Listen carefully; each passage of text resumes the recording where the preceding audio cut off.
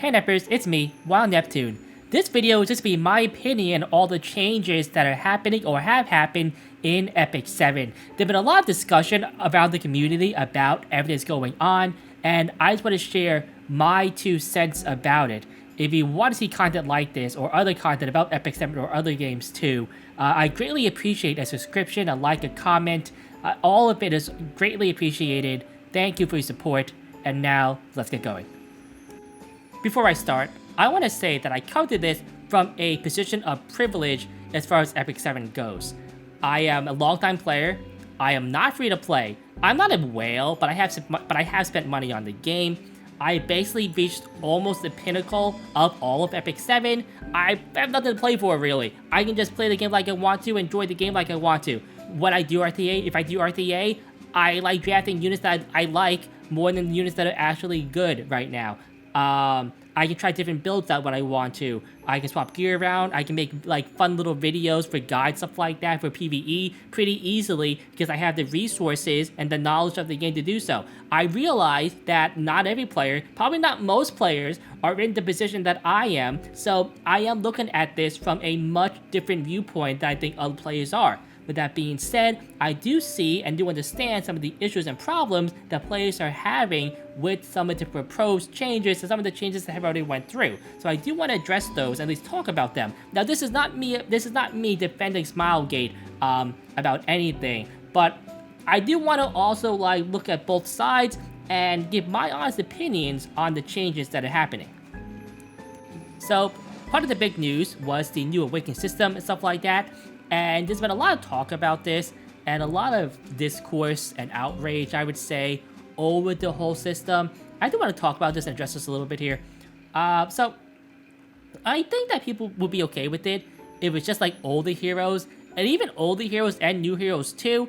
The real sore spot seems to be the memory imprint thing, where you get more stats and you get like more bonuses from more imprints and stuff like that. And I did say that it did feel more like whale friendly, right? People always say that Epic 7 is very free-to-play friendly, and it is, but I do think that people overestimate how free-to-play friendly Epic 7 is, and that there are other games that are more free-to-play friendly. Are they as good of a games as Epic 7? No, right? But it's not like Epic 7 is alone of being free-to-play friendly. Epic 7 just doesn't really, I would say, sell to whales as much as other games, versus Epic 7 being like, you know, the most free-to-play play game in the world. But anyway, that being said, if it was like this, right, this system right here, and the bonuses were this minor overall, and the good ones are like a no imprint, B imprint, I think people will be okay with it. The problem is that do we trust Smilegate to keep it like this for every single character that they do?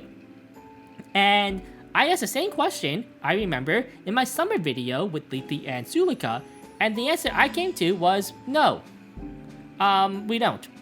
And that's really the problem. But it's really two ways, right? Because one, we don't really want a system like this in the game that has the potential to be abused by Smilegate, but at the same time too, we're also kind of putting Smilegate on trial for something that they haven't really done yet. And that's also a problem too, in my opinion. So it's like, yeah, Smilegate has made some pretty bad choices throughout the years, like pet snacks, but like this could be an okay system for, increasing the power of certain characters.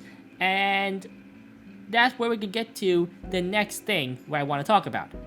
Now, a lot of discussion has to do with the endgame, the new endgame, as I want to call it now. As it now is Nightmare Lab, we have Rift, we have the new Awakening system, new Spirit Altars that are coming, and maybe in the future, Level 4 Expos. Joking aside about that, I see a lot of players, in my opinion, taking this the wrong way. And what do I mean about this? Well, I see a lot of players being like, oh, think of all the poor new players who can't do this new content. And did I say to that? Of course they can't. They're new players. They're not supposed to be able to do this content right away.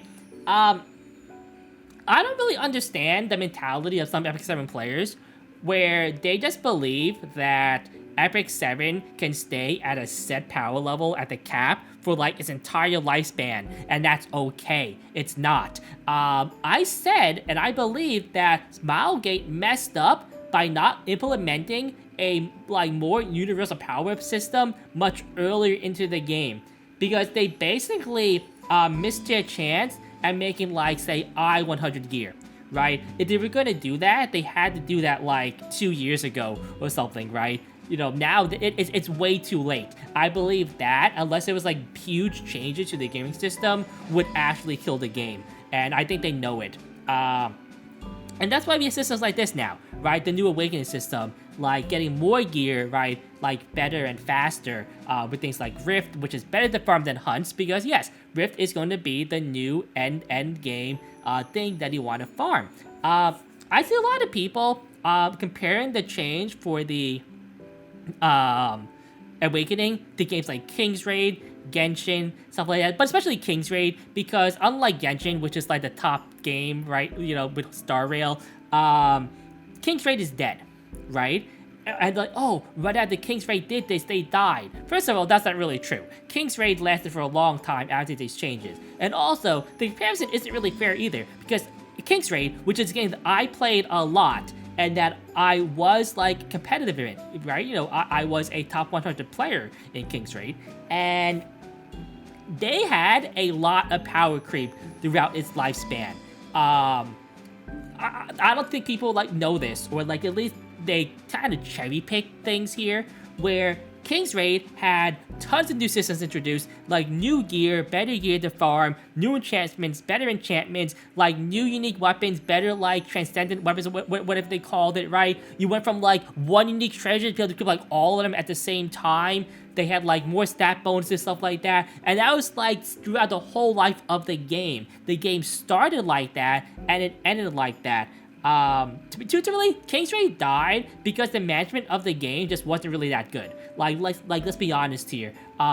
They were not backed by the best people, because Vespa is an independent company, but yeah, so like that's really what happened with King's Raid. Destiny Child 2. Destiny Child, also a game that was very generous, stuff like that. Also introduced this new Awakening system, but Destiny Child 2 was also a game that had constant power upgrades throughout the history of its game. So like, not really a one-to-one comparison, I would say, where in Epic 7, when's like the last real power upgrade that the game has had? Like EEs for like some heroes, like once every 2 months? That's it, right? Before that, you go all the way back to like I-90 gear.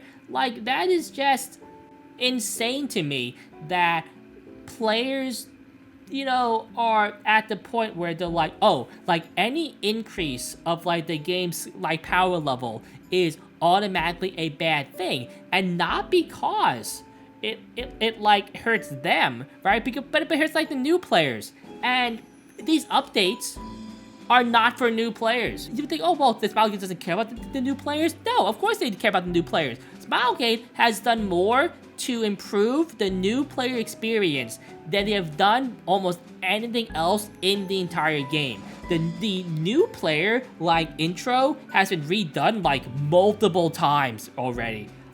If anything, if I predict that a few months after these changes happen, Smilegate will actually start like giving new players even more stuff and push them even farther. Maybe get them like more expedition, you know, stuff, you know, where they farm that faster. Maybe more like gear, maybe more gold, maybe even like a couple of free specialty changes, stuff like that. So I do think that new players are going to get more stuff to help them through like, you know, the early and like the mid game, you know, not get to this late game here, because I do feel that like a new player should have to play the game for a little bit before they get to like the Rift. I am not, again, naive to the negatives and the potential this has to being abused and being problematic overall for the game.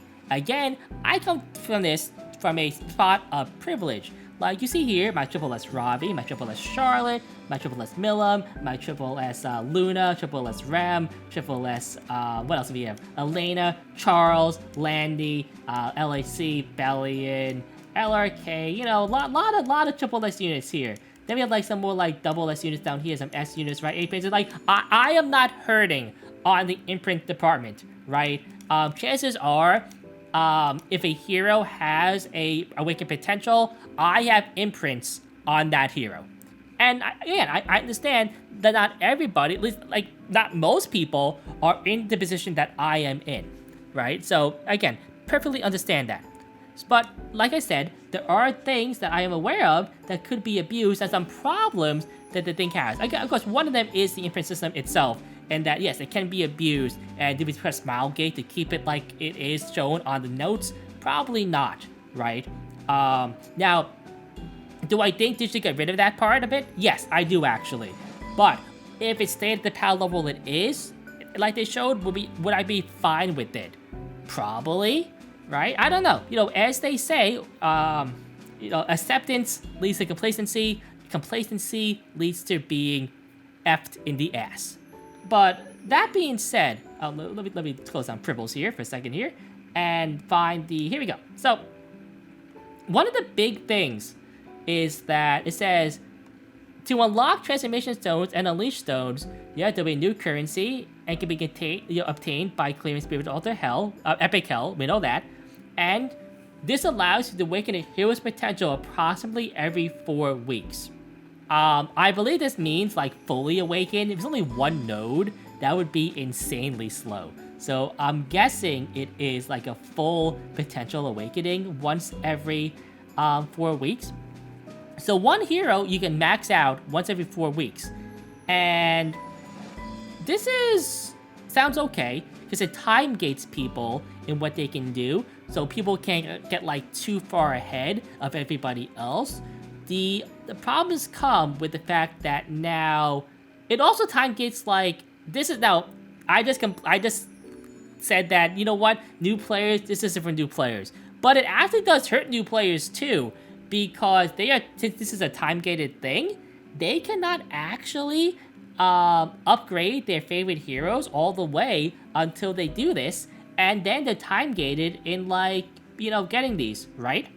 I guess it's the same way though with Molas, right? And stuff like that. What I think, somebody said this is more like new Molas, right? It's just a different type of Molas, because Molas are time-gated things. They give you like bonus, you know, to your skills. These give you bonuses to your stats. And that's an interesting way to look at it. Maybe Smilegate did something like they increased their Mola economy a little bit and made this kind of like the new Mola, but this is time-gated. They'll give some out for free, like in certain events, stuff like that. Then, you know, maybe it'll be okay. I think a big thing too is that now you have to be very, very careful, because like there's much more of an investment in heroes for testing out and things like that, where it's like in the past, because this also applies to new heroes too. So in the past, when we wanted to test out a hero, a content creator, they would increase or growth them like now, right? But before, they would mold them, gear them, 6-star them, right? Pretty big investment overall, which is why I personally had not really started doing it until like much more recently, right? With stuff like the Euphine, Naquil, Galililius, things like that. Yes, you know, because if they're bad, right, don't use them after that, it's a pretty big hit, right? Like, you know, not only for game currency, but he's spending money on it like I am, like financially too, right? Things that I'd rather not have to do.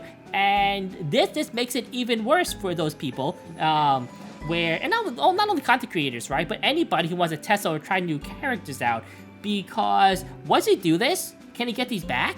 I don't think so, right? So I do think that maybe to be some sort of like fail-safe system in place, just in case the people like they do this and end up not liking the character or just don't want to use them anymore or something like that. Maybe like get your stuff back, right? Like a refund, like a recall. I know we asked for Mola recalls before. I don't think that's gonna happen, but I do think something like this, because it is so time gated overall and it's such a new system, that maybe getting a recall system for this would not be too much of an ask. Another point I see brought up is that Smilegate can potentially hide units kits behind like Awakenings now, well, like the imprints, like they do in Genshin and Star Rail, stuff like that, where some units, if you don't have their like E1, even like the E3, whatever, then you're not really using the character, right?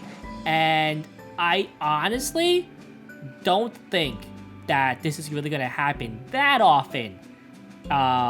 In this case here, like once in a while, yes, maybe a character will need like this triple S whatever to get this skill to get like truly viable. Because Epic 7 is a game that is largely revolving around PvP now, or at least getting stuff to do PvP, it is in Smilegate's best interest to make a character feel like they are usable without these bonuses, right? The kit at a baseline has to be good enough for everybody to pull on them. Because if they're not, then I think that would actually hurt Smilegate overall. And I think Smilegate knows this, right? I think that they know that the base kit has to be good and that this here only has to be like a tiny bonus. Now, are they gonna miss sometimes on this? Yes, like let's be honest here, they are. Which is why, again, like a lot of people, I kind of rather not this part be in the game. I don't think it's going to be as big of an impact as people are saying. No pun intended. I don't know. That's really all I had to say about this. Just want to give my opinions and my thoughts on the whole matter, not only including the new Awaken system, but also the thoughts I've been hearing about the endgame rift and stuff like that.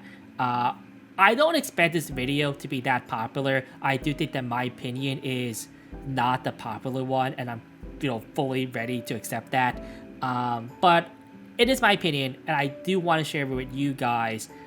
Just like a different mindset on what's been going on and what could happen in the future of the game. Again, I'm not blind to the potential for abuse and issues, and I laid out what those issues are and what I think they could do about them, and what might happen in the future too. Again, the imprint system, stuff like that, like the Awaken system, maybe the rollout is being done in the wrong way. Things like that, right? The stuff with the summer side story, like Naquil, all that stuff, I had issues with, right? And I made sure that I stated them in videos, right, quite loudly, if I would say so myself. Again, like, I'm not somebody who's going to shy away from stating what I think about the situation. What I think is, regardless of what happens here, I think that Smilegate will continue to make Epic 7 a fun game to play. Maybe it'll be a slightly different game, a changing game, and I think that's good, because I do believe that Smilegate and Epic 7 has stayed rather stagnant for such a long time that like new stuff like this that is fresh and potentially exciting and could be good is good for the game overall. That is my take. Anyway, I'm Wild Neptune. It's been a good one. Nep out.